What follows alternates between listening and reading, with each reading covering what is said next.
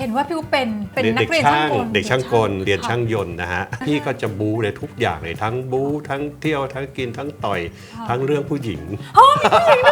โสดมานานแค่ไหนแล้วคะ ประ ล่า มาณ สุดเนี่ย 10 กว่าปีได้ โอ้โสดแบบยังไงอะพี่อุ๊บโส โสดแบบ ไม่มีใครหรือไม่มีเป็นตัวเป็นตนคะ ช่วงแรกๆก็ไม่มีเป็นตัวเป็นตนแต่ช่วงนี้ไม่มีใครเลย มีแต่น้องหมาน้องแมว มีคนไหนที่เรารู้สึกว่าแบบดีใจที่ได้คบเขาหรือ ก็ เป็น จะ ความ มี รักที่ ห มีความ ลาย สุข ๆคน ที่สุ นะ ด อย่างพูดตรงๆก็จะมีอ่า แล้วถ้าพูดถึงคนที่ความรักที่แบบครั้งที่พังที่สุด คนที่ล่าสุดที่เราจะทุ่มเทเขาแล้วเราก็ยอมทุกอย่างว่าจะปั้นให้เข้าสู่วงการบันเทิงแล้วก็ยอมไปค้ำประกันโดยเป็นเงินเป็นหลักล้านถ่ายไปได้ครึ่งเรื่องแล้วก็ไปเท ซึ่งอยู่วงการบันเทิงมา 40 ปีที่ไม่เคยเจอ ซึ่งมันเป็นเรื่องที่ร้ายแรงมาก มันมีคำพูดบางคำที่เขาบอกว่ารักแท้ในเพศที่ 3ไม่มีอยู่จริงพี่อุ๊บมอง ก่อนจะไปชมรายการกันฝากกดไลค์กดแชร์กด subscribe เพื่อติดตามทุกเรื่องราวของคนโสดได้ที่ช่อง KRP Entertainment นะคะ แขกรับเชิญของโสด Society Tape นี้นะคะ เรียกว่าเป็นคุณแม่ที่ทำคลอดเองออกมาในวงการบันเทิงนะคะ เป็นตำนานของนักปั้นดาราค่ะ ซึ่งผ่านไปกี่สิบปีนะคะ ก็ยังคงความแซ่บเหมือนเดิม สถานะของเขาตอนนี้ยังคงโสดด้วยนะคะ ขอต้อนรับพี่อุ๊บวิริยะค่ะ ครับสวัสดีค่ะ สวัสดีค่ะคุณแม่ ต้องบอกว่า และลูกสาวก็ยังโสดใช่ไหมคะ ใช่ค่ะถึงเชิญพี่อุ๊บบอกรายการวันนี้ค่ะ ต้องบอกว่าพี่อุ๊บเนี่ยคือผ่านไปกี่สิบปีก็ยังโสดใช่ไหมคะโสดแบบยังไงอะพี่อุ๊บโสด โสดแบบ ไม่มีใครหรือไม่มีเป็นตัวเป็นตนคะ อาจจะช่วงแรกๆก็ไม่มีเป็นตัวเป็นตนแต่ช่วงนี้ไม่มีใครเลย มีแต่น้องหมาน้องแมว ค่ะ เพราะว่าคิดว่าเราอยู่ด้วยตัวเราเองเราก็อยู่ได้แล้วอยู่เพื่อนน้องหมาน้องแมว เพราะที่ผ่านมามันก็มีทั้งดีแล้วก็ไม่ดี มีทั้งทำให้เราเสียใจดีใจ ค่ะ มันครบรสเลยและในสุดท้ายเราก็เลือกว่าชีวิตเราก็ต้องอยู่กับตัวเราดีกว่า ค่ะ มันมีความสุขกว่า แล้วเรายิ่งเป็นเพศสภาพแบบนี้ คงไม่มีใครมาจีรังรักเรา แบบตราบชั่วนิรันดรแบบเป็นชั่วฟ้าดินสลายมันไม่มี พี่ มั อุ๊บ น้ ทุ อย กวัน มา นี้ ก พี่อุ๊บโสดมานานแค่ไหนแล้วคะ ประ ล่า มาณ สุดเนี่ย 10 กว่าปีได้ โอ้ 10 กว่าปีแต่มนุษย์คนเรามันก็มีกิเลสใช่ไหมสมัยก่อน เจอคนนั้นคนนี้อุ้ยฉันก็อยากได้ฉันก็อยากกิน เดี๋ยวนี้มันไม่ใช่แล้ว ค่ะ มันด้วยอายุไขด้วยวัยวุฒิคุณวุฒิศักยภาพของเราด้วยฮะเราก็เลยไม่คิดถึงเรื่องนี้นะครับ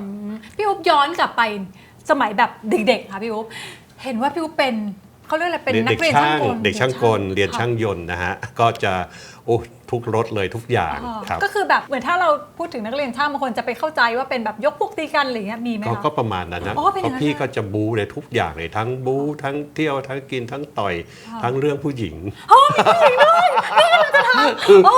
มันเป็นแบบเหมือนแฟชั่นไว้เพราะตอนนั้นเราก็รู้ว่าเราเป็นอะไรแต่เราก็ต้องสร้างภาพเพื่อให้เพื่อนๆยอมรับเรา มันมีได้เราก็มีก็เหมือนป๊อปปี้เลิฟน่ารักกุ๊กกิ๊กเด็ก แล้ว พา ความ ณิชย์ รู้ อะไร สึก ป ตอน ระ นั้ มาณ นชอบ นั้น จริงๆไหมคะชอบเขาจริงๆไหม คือ ผู้หญิงคนนั้น เหมือนมีจิตใจตอนนั้นมัน 50-50 มันยังไม่เต็มตัวที่เป็นแบบนี้ใช่ไหมมันก็จะมีเอ็นเอียงไปบ้างนะฮะก็รู้สึกว่าโอเคเขาก็น่ารักดี แต่มันไม่มีเกินเลยสมัยก่อนก็แค่จับมือกันไปเที่ยววาเลนไทน์ให้ดอกไม้ไปดูหนังแถวโรงหนังนนท์เลยประมาณนั้นกินไอติมกัน ค่ะ จบไม่มีอะไรมาก อ๋อ มาย แต่ก็คือเคยมีแฟนเป็น เค ผู้ ย หญิง เคยมีฮะก็เคยมีเพราะว่าเป็นคนที่แบบไม่หล่อแต่อาจจะมีคาแรคเตอร์มีเสน่ห์ในการพูดแล้วด้วยคาแรคเตอร์อะไรประมาณนี้จริงใจประมาณนี้แบบเข้มๆโหดๆอะไรประมาณนี้สาวๆพาณิชย์อาจจะกรี๊ดเพราะว่าเด็กพาณิชย์ก็คู่กับเด็กช่างกลเป็นของคู่กันนะครับตรงนี้นะฮะ แล้วพี่อุ๊บก็มีแฟนเป็นผู้หญิงยุคนั้น ครับ แบบหลายคนไหมคะ หรือว่าแค่คนเดียวแล้วเราก็รู้ว่าเราไม่ ก็หลายคนนะ อ๋อเจ้าชู้นี่ ตอนนั้นก็ต้องแอปโอ้ยฉันก็เหนื่อยเหมือนกันนะตอนนั้นก็จิตใจผู้ชายฉันก็ชอบไอ้เพื่อนที่เดินข้างซ้ายขวามันก็หล่อดีนะผู้หญิงก็น่ารักก็สับสนเนี่ยมันก็แบบสไตล์ตอนนั้น18 19 20มันก็ยังไม่มีหลักเกณฑ์อะไรมันก็คบได้ทั้งสองฝ่ายอะไรประมาณสนุกสนานเฮฮาล่า แล้วผู้หญิ เริ ง ง เขารู้ไหมคะว่าพี่อุ๊บ ไม่รู้เขาไม่ ไม่รู้ รู้เพราะว่า เหรอ เขารู้ว่าเพียงว่า เราก็เท่ๆของเรา เป็นเด็กช่างมันเป็นกระแสนิยมเป็นแฟชั่นหมายความว่าเด็กพาณิชย์ควงกับเด็กช่างกลแล้วเท่เว้ยเดินไปนู่นไปนั่นเพื่อนๆก็จะเมาส์มอยกัน หรือเด็กช่างกลเราไปได้สาวพาณิชย์เป็นแฟน เพื่อนๆมันก็จะอิจฉากันเลยประมาณนี้แล้วได้คนสวยด้วยนะจำได้คนสวยด้วย แฟนสวยเย เป็น อะ ดาวรู้สึกจะเด็กพาณิชย์ดุสิตเด็กพาณิชย์เจ้าพระยาเด็กพาณิชย์ทนโอ้แต่ละนางก็สวยแบบโอสไตล์ คือตอนนั้นก็รู้สึกว่าเขาสวยเขาก็ชอบก็คือรักแต่ว่ามัน ก็เขียนจดหมายถึงกันอะไรกันมันไม่มีโทรศัพท์น่ารักแบบว่าพี่เลิฟเด็กๆไม่มีอะไร ใช้ นะ คำว่าความรักได้ไหมคะพี่อุ๊บกับ ก็ ผู้หญิง เป็นได้ฮะก็เป็นรักเด็กๆรักแรก first love ใช่ไหม เป็น first love เป็น puppy love ครับแล้วพี่อุ๊บก็รักแล้วใครคือจุดเปลี่ยนที่ทำให้เรารู้ว่าแบบเอ้ยพอละเราต้องชัดเจน พ กับ อ ตัวเอง อายุมากขึ้นโตขึ้นเราก็มาเจอสังคมพอเข้าสู่วงการบันเทิง มันก็เลยได้เต็มตัวได้เปิดเผยตัวตนที่แท้จริงว่าเราต้องการอะไรเราชอบแบบไหนเฮ้ยเราชอบผู้ชายมากกว่าผู้หญิงนะก็เลยตัดสินใจว่าฉันขอเลือกทางเดินนี้ดีกว่า แต่มันก็ยังไม่ยังไม่เต็มตัวเพราะว่าช่วงนั้นมันก็ยังไม่เปิดเผยเมื่อประมาณ 30-40 ปีที่แล้วใช่ไหมฮะมันค่อยๆเนียนค่อยๆแต่นี้คนในวงการบันเทิงมันค่อนข้างเยอะมากมันก็เป็นกระแสเราก็รู้สึกว่ามีความสุขมากในการที่จะมาเลือกทางที่เราจะเลือกตรงนี้นะครับ แล้วตอนที่พี่อุ๊บบอกว่าเปลี่ยนแล้วจากเราชอบผู้หญิงมาเป็นผู้ชายเนี่ยคนรอบข้างแบบตกใจหรือเขาก็รู้กันอยู่แล้วบางคนก็คิดว่าพอเข้าวงการเขาก็คิดว่าเป็นการแสดง เรียนเพื่อนเรียนช่างกลเขาบอกว่าเฮ้ยบางทีเห็นแต่งตัวเป็นผู้หญิงออกงานออกอะไรประมาณนี้เขาก็คิดเป็นการแสดงซึ่งมันก็เป็นเรื่องปกติเพราะดาราดังๆหลายๆท่านที่จิตใจสภาพเป็นแบบพี่อุ๊บเขาก็สามารถมีครอบครัวได้มีลูกมีเมียได้แต่ก็ยังอยู่กันแบบอย่างแฮปปี้ทำงานในวงการด้วยมีครอบครัวที่มีความสุขอะไรประมาณนี้ก็เห็นหลายๆท่านหลายๆคนก็บอกเป็นการแสดงมั่งบางคนก็บอกว่าเอ๊ะก็งงๆเหมือนกันสับสนตัวเองก็ตอนหลังก็เปิดเผยตัวเองเลยว่านี่คือตัวตนจริงของฉันเพราะว่ามันไม่ต้องเหนื่อยไม่ต้องมาเก๊กไม่ต้องมาแบบโอ้ยเหนื่อยมากไปไหนฉันอยากทำอะไรฉันก็จะทำมันก็มีความสุขแต่เราก็จะมีลิมิตขอบเขตว่าเราจะทำตัวแบบไหนปฏิบัติตัวแบบไหนนะครับแล้วพี่อุ๊บต้องถามว่าความรักที่ผ่านมาในชีวิตของพี่อุ๊บอะมันแฮปปี้หรือมันโอ้โหทุกข์ทรมานหรือยังไงรักผู้หญิงรักผู้ชายข้ามมาทางฝั่งรักผู้ชายที่เป็นตัวตนที่แท้จริงของเราผู้ชายช่วงวัยรุ่นมันก็สนุกสนานไปนะเหมือนได้เจอคนหล่อคือคนที่เป็นเพศสเปคคือต้องหล่อใช่ไหมคะต้องหล่อหุ่นดีบางคนก็บอกว่าอะไรนะบางคนก็มันมีหลายสเปคหลายเทสบางคนว่าอะไรนะหน้าเน่าเป้าเลิศบางคนหน้าเข้มหุ่นล่ำกำใหญ่บางคนแบบตีสเปคอะไรคือแต่ละคนไม่เหมือนกันแต่พี่จะชอบแบบเข้มๆหุ่นดีๆหุ่นนักกีฬาประมาณนี้หน้าหรือว่าหุ่นก่อนกันนะคือก็จะมองคือมันให้มันบาลานซ์กันเลยหน้ากับหุ่นต้องบาลานซ์กันก็ประมาณ275ขึ้นหน้าคมเข้มเลยประมาณนั้นก็ชอบมันเป็นเทสนะฮะแต่ก็ที่ผ่านมาก็จะปั้นแนวนี้แต่ไม่ได้ทุกคนเป็นแฟนพี่หมดนะไม่ได้จับเป็นผัวหมดทุกคนมันก็จะมียังไม่ได้ถามคำถามนี้เลยทำไมพี่อุ๊บต้องร้อนตัวต้องออกตัวก่อนเพราะว่าบางคนบอกดิฉันปั้น10 คนดิฉันจะต้องแบบโอ้สวาปามกิน10 คนบอกไม่ใช่มันก็ต้องมีที่ทุกคนที่เราปลื้มบางทีอยู่ไปอยู่มาแล้วมันก็เหมือนพี่เหมือนน้องเพราะว่าความรู้สึกมันไม่ใช่บอกเฮ้ยฉันเป็นแบบนี้ฉันจะต้องกินคือภาพพจน์บางทีคนที่เป็นแบบนี้มันก็อาจจะมีบางคนคืออย่างที่บอกว่าคนที่เป็นเกย์เป็นเพศที่3จิตใจแต่คนไม่เหมือนกันพี่ออกข่าวคนบอกโอ้โหอีนี่แรงมากอีนี่วีนเวียงแต่จริงๆถ้าได้มาคบแล้วบอกไม่มีอะไรเลยเพราะบางทีเราต้องสร้างเกราะให้คนแบบเหมือนเป็นบารมีเราแล้วบางคนบอกว่าเฮ้ยจะเอาเด็กมาฝากพี่อุ๊บระวังนะเดี๋ยวมันจะจับเป็นผัว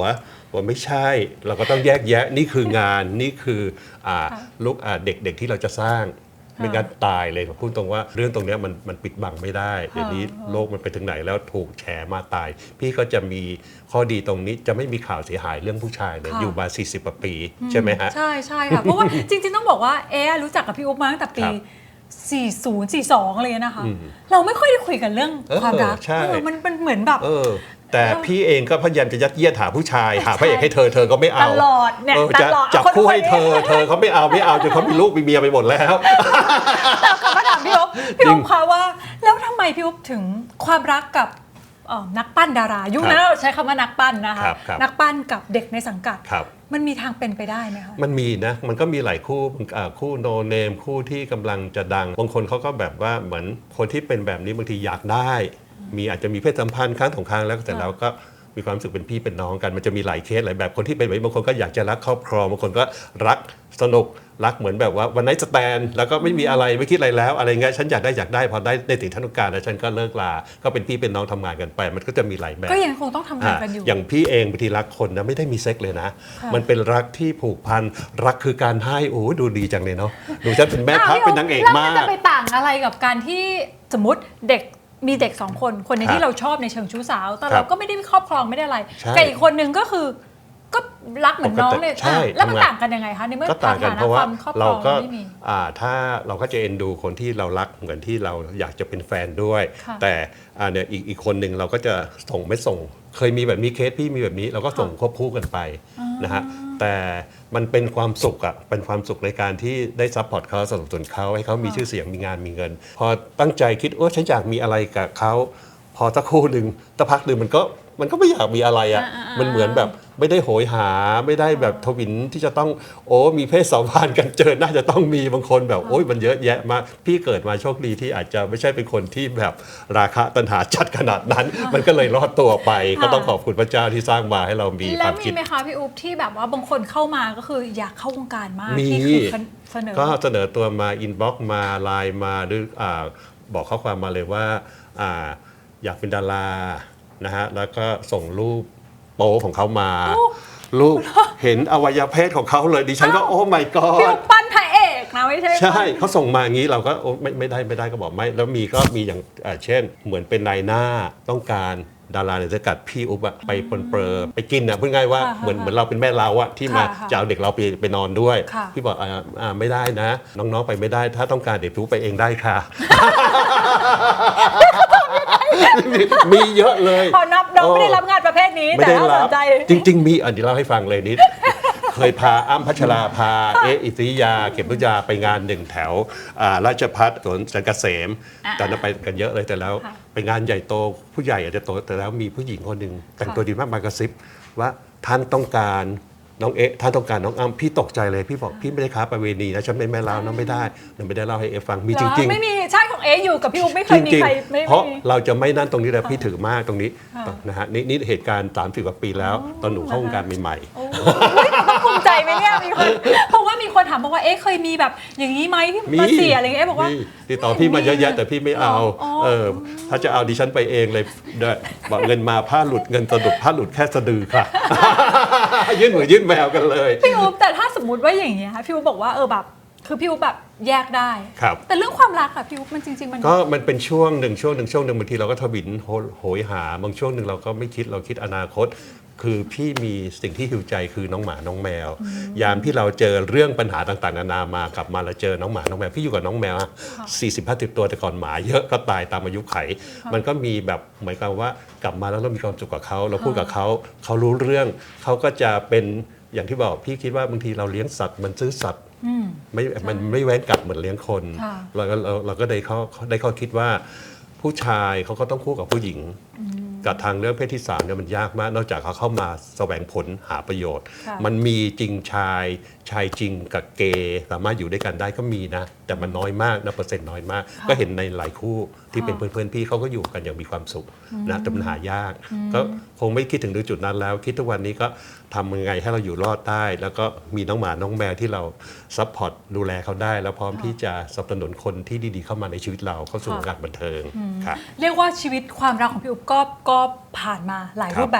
แบบไหนที่แฮปปี้สุดแบบมีคนไหนที่เรารู้สึกว่าแบบดีใจที่ได้คบเขาหรือ ก็ เป็น จะ ความ มี รักที่ ห มีความ ลาย สุข ๆคน ที่สุ นะ ด อย่างพูดตรงๆก็จะมีก็จะทักทายอยู่ไหนครับข้าวยังครับรักคิดถึงครับแล้วก็จะมีก็จะเหมือนแนวเดียวกันเลยก็อยู่ไหนครับกินข้าวยังครับเป็นห่วงครับแค่นี้เราก็มีความสุขแล้วว่ามันด้วยคำพูดไม่ต้องมาเจอกันทุกวันไม่ต้องมามีเพศสัมพันธ์กันฉันก็มีความสุขแล้วและแฮปปี้แล้วด้วยคำพูดแค่นี้ที่มันมากมายแล้วอะใช่ตรงนี้นะสำหรับ และถ้า ตัว แบบ พี่ คนที่เป็นคนนอกวงการหรืออะไรที่เราอาจจะไม่ได้รู้จักกันมีใครที่แบบเป็นเหมือนความรักที่ฝังใจเราไหมคะ ก็เคยมีแต่ก็ตอนช่วงเรียนช่างกลก่อนช่วงเข้าวงการใหม่ๆมันก็มีเป็นคนเพราะว่าผู้ชายพูดตรงว่าก็ไม่สวยนะสวยไม่รู้นะแต่ก็ไม่เคยว่างเว้น มันก็จะมีเข้ามาอาจจะด้วยอะไรหลาย ๆ อย่างใช่ไหมฮะเพราะว่าเข้ามาแล้วมันก็จะเป็นช่วงเข้ามาแล้วก็มันไปด้วยกันไม่ได้หรือมันมีปัญหามันก็ต้องจากกันไป มันก็จะมีหลายคนผ่านเข้ามาพอเราเจอคนใหม่เราก็หลั่นล้าเราก็ลืมคนเก่า แต่ทั้งนี้ทั้งนั้นนะมันน้อยมากที่จะมีเพศสัมพันธ์ฉันก็ไม่รู้เป็นยังไงว่าบางคนบอกโอ้โหเป็นอุปยานที่โชคดีนะผู้ชายลายล้อมคงจะแบบล้อมเอวแล้วถ้าเกิดอยากจะได้ผู้ชายจริงๆคงจะได้หมดทุกช่องแน่มันไม่ใช่ มันเป็นแค่อาหารตา มันเป็นแค่บางที ใช่ไหม พี่ คะ รู้สึกเวลาพี่ไปงานพี่มีผู้ชายลายล้อมเดินไปพี่โก้พี่รู้สึกพี่เชิดเลิศอย่างน่ากินจิ้งจกเป็นนางพญาชูคอ ใช่ไหมให้คนหมั่นไส้เล่นๆจริง ๆ แต่ก่อนโอเคไปงานทีวีพูลพาไปเป็นพวนเลยแต่งแฟนซีอะไรกันมันมีความสุข ความ แค่ สุข นี้เอง ในมุมของเรา ความสุขในการแต่งตัวในการออกงาน รูปออกข่าวออกสื่อเรามีความสุขนะมันโอเคมากในมุมมองของพี่นะคะ แล้วถ้าพูดถึงคนที่ความรักที่แบบครั้งที่พังที่สุดที่เป็นฝังใจที่พัง ฝังใจ เจอคนไม่ดีหรืออะไรเงี้ย มีไหมคะ ก็มีนะก็มีก็คนที่ล่าสุดที่เราจะทุ่มเทเขาแล้วเราก็ยอมทุกอย่างว่าจะปั้นให้เข้าสู่วงการบันเทิงแล้วก็ยอมไปค้ำประกันโดยเป็นเงินเป็นหลักล้านดิฉันยอมขายทองขายอะไรหมดทุกอย่างเพื่อปั้นแล้วต่อยอดถ้าเขามีชื่อเสียงเราก็สามารถเราต่อยอดได้เพราะว่าเป็นงานของเรา ก็ยอมไปค้ำประกันก็ปรากฏว่าไปถ่ายละครแล้วเหลือที่เป็นช่องที่ไม่ดังพูดตรงเลยช่อง 5 ช่อง 9 แต่เราไปเทกองหนีไป ผู้จัดก็เลยแบบโอ้เป็นคนอื่นก็ต้องเอาคนอื่นไปเปลี่ยนตัวก็หายไปโดยที่บล็อกทุกช่องทาง ไม่ถึงนัดแล้วเหรอคะ ไปถ่ายแล้วด้วย อ้าว ถ่ายไปได้ครึ่งเรื่องแล้วก็ไปเท ซึ่งอยู่วงการบันเทิงมา 40 ปีพี่ไม่เคยเจอ ซึ่งมันเป็นเรื่องที่ร้ายแรงมาก ตรงนี้มันคุณไปเทนี่โดยเป็นพี่อุ๊บแล้วก็มันโดยมันไม่ใช่เป็นถ้าเป็นช่องที่ใหญ่ๆเป็นโปรดักชั่นใหญ่ๆโตๆพี่โดนแหกตายเรียกว่ามืดมนอนาคตแน่อันนี้เราก็ต้องเคลียร์หาคนไปเปลี่ยนแล้วต้องรับผิดชอบใช้หนี่ใช้สินจนตอนนี้หมดทุกอย่างแล้ว มันก็เป็นอุทาหรณ์ว่าต่อไปนี้เราจะไม่ใจดีกับใครพูดตรงว่าเรื่องกฎหมายพี่ก็ไม่ค่อยรู้เพราะว่าไอ้หนี่นอกระบบมันเป็นหนี้ที่รุนแรงร้ายแรงมากดอกชนต้นเลยพี่ทรมานมากแบบโอ้โห2-3 ปี แล้ว จ ห น มาย วัน ถึง นี้ ว่าเขาคือ ไปกู้เงิน กู้เงิน หนี่แล้วพี่ไปค้ำประกันว่าเขาจะต้องรับผิดชอบมันเป็นจ่ายรายวัน โดยที่เขาจะไปหมายความว่าไปช่วยทางพ่อทางแม่ทางบ้านเขาพี่ก็คิดว่าโอเค เพื่ออนาคตของเขา ค่ะ เขาอยู่กับเราเดี๋ยวเขาดังเราปั้นเขาเดี๋ยวเราก็ต่อยอดเราก็คงจะได้คืน ค่ะแล้วเราก็ฝากงานให้เขาไปเล่น ฝากแล้วละคร2 เรื่องถ่ายแบบถ่ายเดินหนังถ่ายอะไรเยอะแยะเพราะว่าพี่ก็จะมีคอนเนคชั่นเยอะกับผู้จัดกับสินค้าต่าง ค่ะ ๆ มันก็จะง่ายในการทำงาน คิดว่าเดี๋ยวไม่ทันไรก็คงจะได้ทุนคืน อยู่ดีก็หายไปเลย หายไปเลยก็ได้ข่าวว่าไปมีคนเลี้ยงมีอะไรไปก็ตาม แล้วก็ติดต่อ ไม่ได้ทุกวันนี้ติดต่อไม่ได้ ก็ถามตรงๆว่าเรื่องนี้หลายๆคนก็อยากจะได้ข่าวพี่บอกอย่าเลยก็ปล่อยเขาไป เพราะว่าข่าวออกไปคนก็จะต้องสนหน้าพี่ว่ามึงโง่เองอีโง่เองอายุจะ60แก่จะเข้าโรงอยู่แล้วยังไปให้เด็กมาถอนงอกถอนขนได้ คือจริงๆ จริงๆพี่อุ๊บคะการค้ำประกันนี่เป็นด้วยความที่มีคนถามเยอะมากเลยว่า เรื่องกฎหมาย มัน นะ เป็นเรื่องที่คือรู้สึกว่าเรารู้ไว้ก็เป็นเรื่องที่ดีนะคะ เพราะ ครับ ว่าการค้ำประกันบางคนเกรงใจค่ะมีความรู้สึกว่าเกรงใจแต่แค่เซ็นกลักเดียวเนี่ยค่ะชี เสร็ วิต จเลย พัง เปลี่ยนเลย เพราะว่าอย่าลืมนะคะว่าการค้ำประกันมันรับผิดชอบทั้งเงินต้นและดอกเบี้ย ดีเป็นพี่อุ๊บวิริยะมันไม่มาฆ่าข่มขืนก็บุญแล้ว แต่สิ่งสำคัญเนี่ยพี่อุ๊บเราป้องกันได้นะคะพี่อุ๊บ ใช่ เพราะว่าบางคนนะอาจจะบอกว่าฉันเกรงใจบางคนมันมีความเกรงใจที่ทำไงอ่ะเขาขอให้ค้ำไม่ค้ำก็ไม่ได้แต่สุดท้ายเราสามารถจำกัดวงเงินได้ค่ะพี่อุ๊บสมมุติเขาไปยืมเท่าไหร่ไม่รู้ เมื่อวันที่เราคิดว่าเราจะค้ำประกันให้ใครคิดเสมอว่าเราจะต้องใช้คืนให้เขาถ้าเราคิดอย่างนี้ตั้งแต่แรกเกิดอะไรขึ้นเราจะไม่ทุกข์อะค่ะกันเงินไว้ก่อนเลย สมมุติจะต้องมีคนขอให้เราค้ำประกัน เราก็กันเงินไปเลยว่าอ่ะ10,000ก็กันเงินไว้10,000เพราะให้คิดซะว่า อาจจะไปนะเราจะได้ไม่ต้องทุกข์ทีหลัง หลังจากนั้นนะคะถ้าสมมติมันมีรายละเอียดเยอะมากๆนะคะพี่อุ๊บเช่นสมมติลูกหนี้เนี่ยเบี้ยวเจ้าหนี้เนี่ยจะต้องมาแจ้งเราซึ่งเป็นคนค้ำก่อน60 วันนะคะ ครับ ต้องแจ้งให้เรารับรู้เนาะต้องแจ้งภายใน60 วันหลังจากมีการเบี้ยวนัด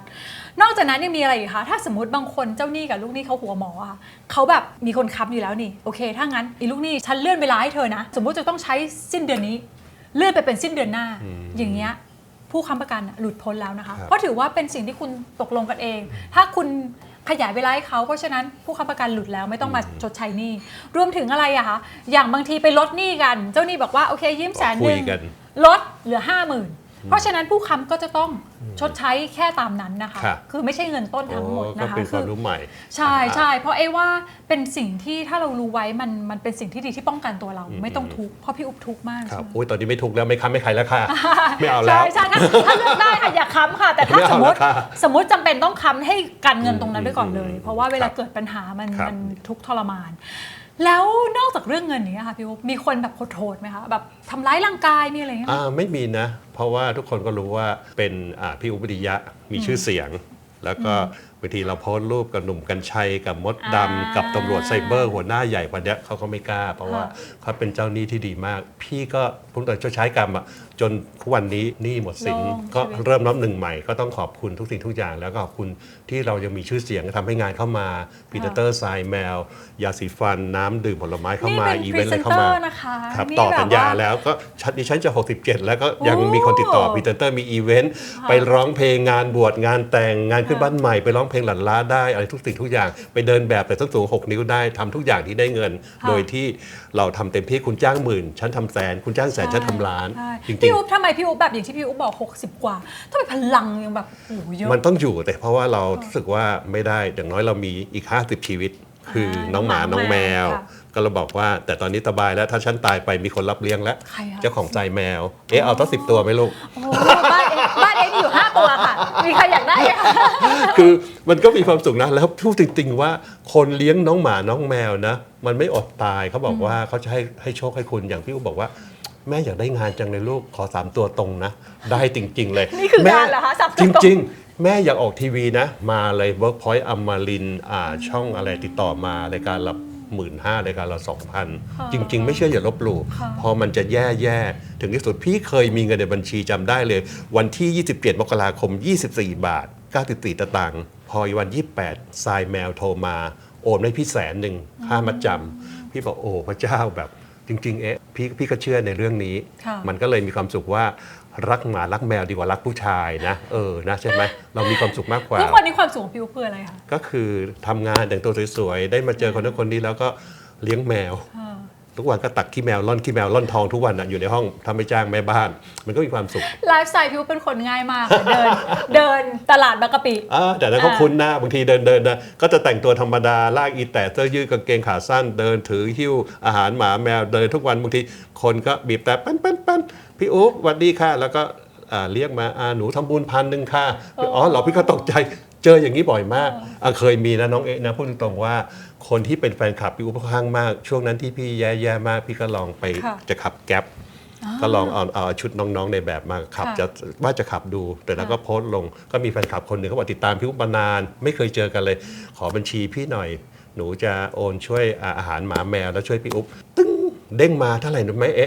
ตักหมื่นเหรอคะ20,000 100,000 บาทไม่ก็พี่ตกใจพี่โทรกลับไปถามว่าโอนผิดหรือเปล่าบอกไม่ให้พี่อุ๊บไม่เคยเจอหน้ากัน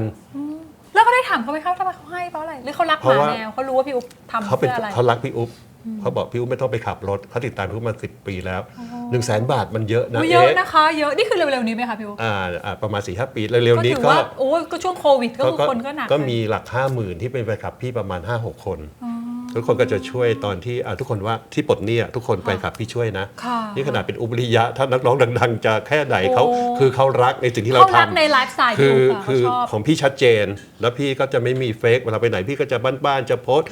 เราไปต่างจังหวัดก็จะติดอาหารหมาแมวติดท้ายรถไปเจอปั๊มเจอวัดก็จะเอาไปมอบให้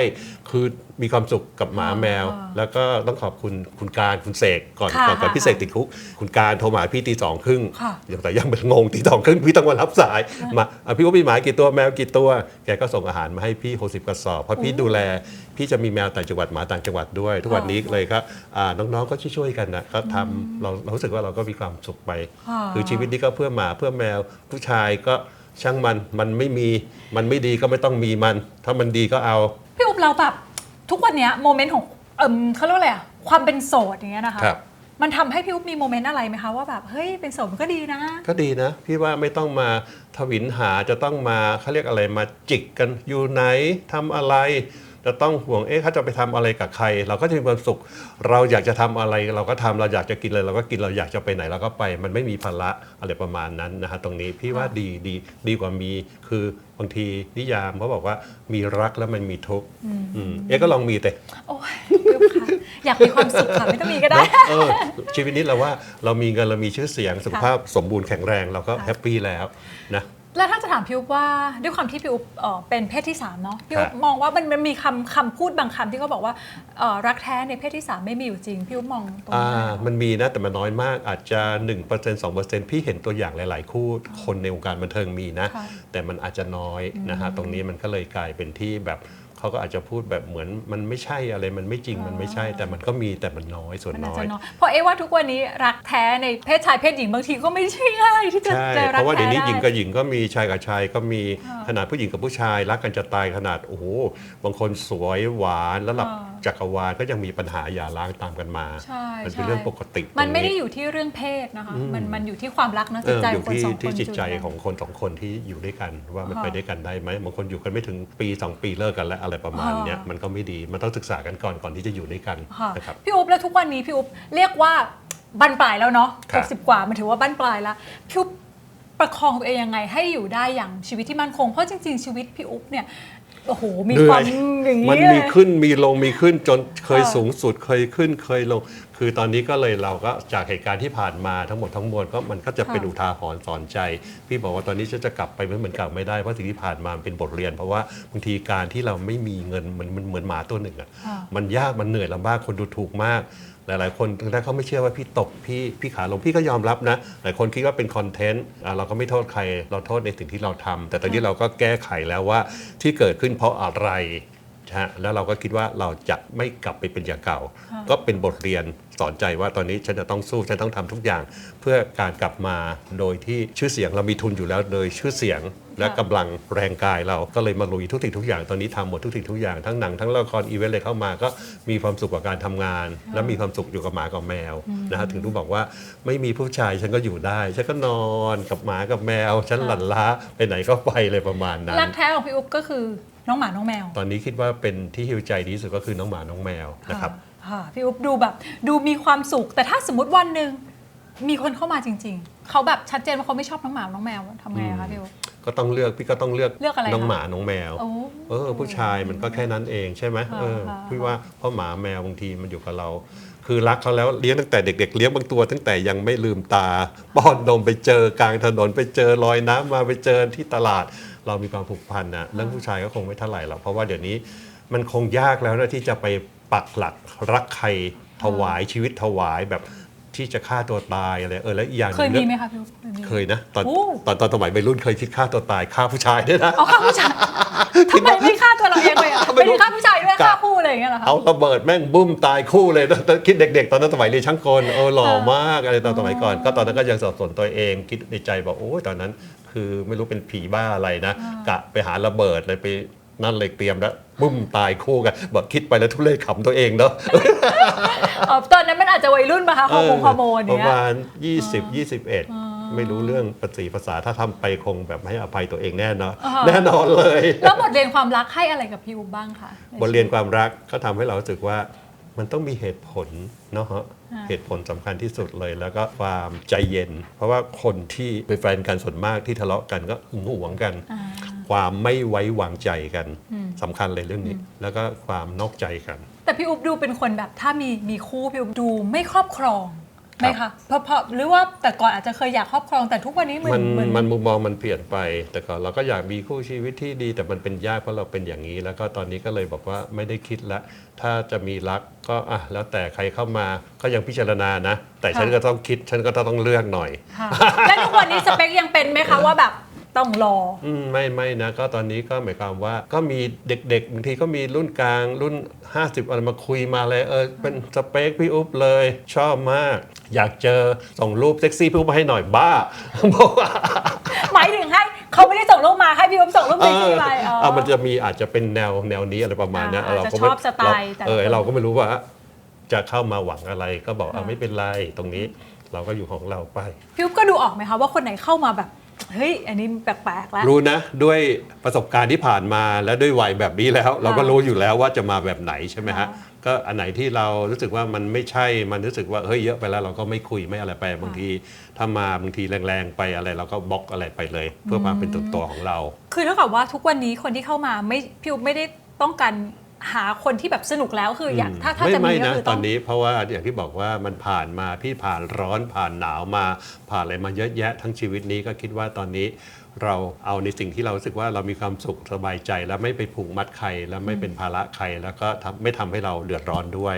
อย่างที่บอกว่าก็ทุกวันนี้มีความสุขแล้วนะทำงานทำการเริ่มต้นเหมือนชีวิตนี้เรามาเริ่มนับต้นใหม่แล้วก็ปลายชีวิตอาจจะไปอยู่ต่างจังหวัดเลี้ยงหมาเลี้ยงแมวมีเงินสักก้อนหนึ่งก็มีความสุขแล้วคิดอย่างนี้นะฮะก็มีหลายๆที่ทางบ้านพี่สาวอะไรที่อ่างทองก็คิดแบบนี้นะครับจากที่แบบได้เจอพี่อุ๊บได้พูดคุยได้รู้จักกันมาเรารู้จักกันมา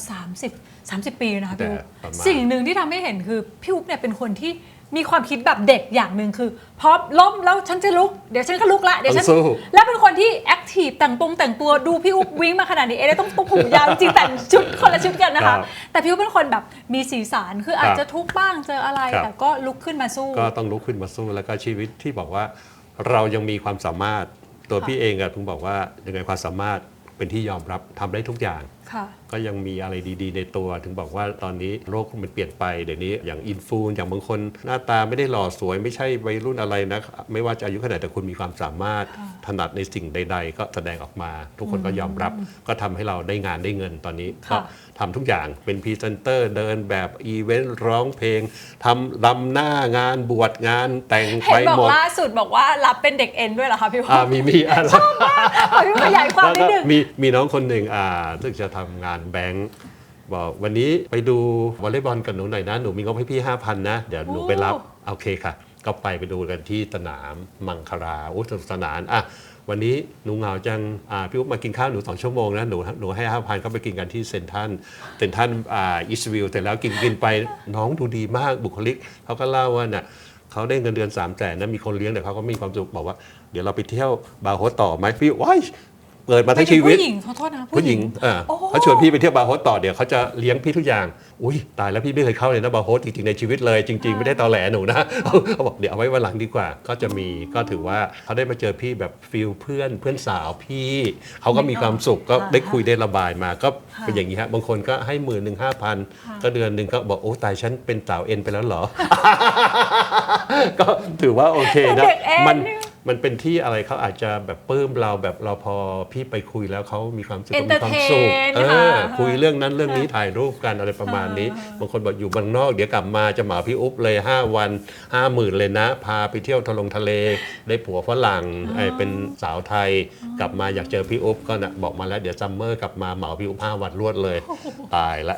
ต้องบอกว่าทุกวันนี้เป็นอะไรบ้างนะคะปั้นดาราเนี่ยยังคงทำอยู่นักปั้นดาราผู้จัดการดาราเป็นพิธีกรเป็นนางแบบเป็นนักแสดงเป็นร้องเพลงเด็กสารพัดเป็นทุกอย่างเอสวิติงทุกอย่างที่จะทำได้คืออะไรก็ตามที่สุจริตและทำงานได้เงินพี่อุ๊บทำทั้งหมดยุคนี้เราเอาหมดแล้วมันมีความสุขกับการทำงานนะครับสุดท้ายค่ะพี่อุ๊บถ้าวันนี้นะเหมือนแบบเรา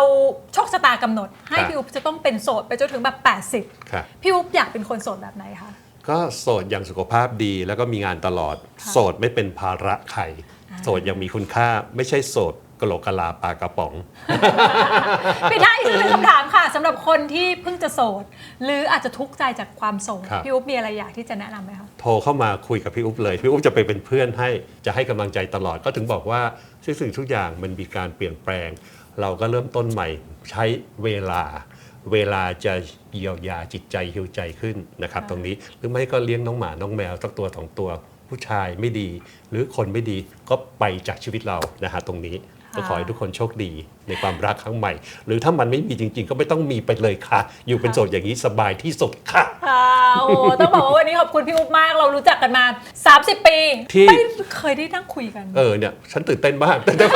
พี่ตื่นเต้นมากตายแล้วอิสริยาจะเป็นพิธีกรดิฉันเป็นแขกรับเชิญแล้วเดี๋ยวแล้วตกลงยังไงนะก็เลยบอกน่ามาช่วยกันเพราะว่าเขาก็น่ารักเราก็อยู่กันเราก็วงการนี้เหมือนกินข้าวหม้อเดียวกันเราต้องร่วมด้วยช่วยกันขอบคุณ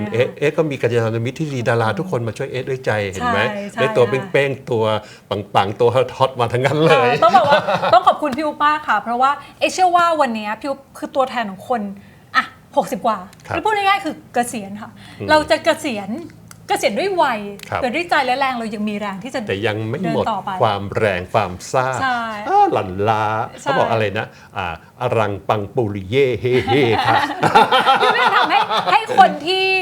ที่ดูอยู่เชื่อว่าอย่างน้อยเรารู้สึกว่าไม่ว่าวัยจะเท่าไหร่ชีวิตเรายังจะต้องมีความหวังจะต้องเดินไปข้างหน้าและทำตัวเองให้มีคุณค่ามากที่สุดจริงครับตรงนี้ค่ะวันนี้ต้องขอบคุณพี่อุ๊บมากเลยนะคะขอบคุณทีนึงค่ะแล้วเมื่อไหร่พิธีกรล่ะพี่กรจะอยู่โสดอีกนานไหมครับน่าจะอยู่โสดกับพี่อุ๊บไปตลอดค่ะจะหาใครให้แล้วหมดวัยแล้วโอเค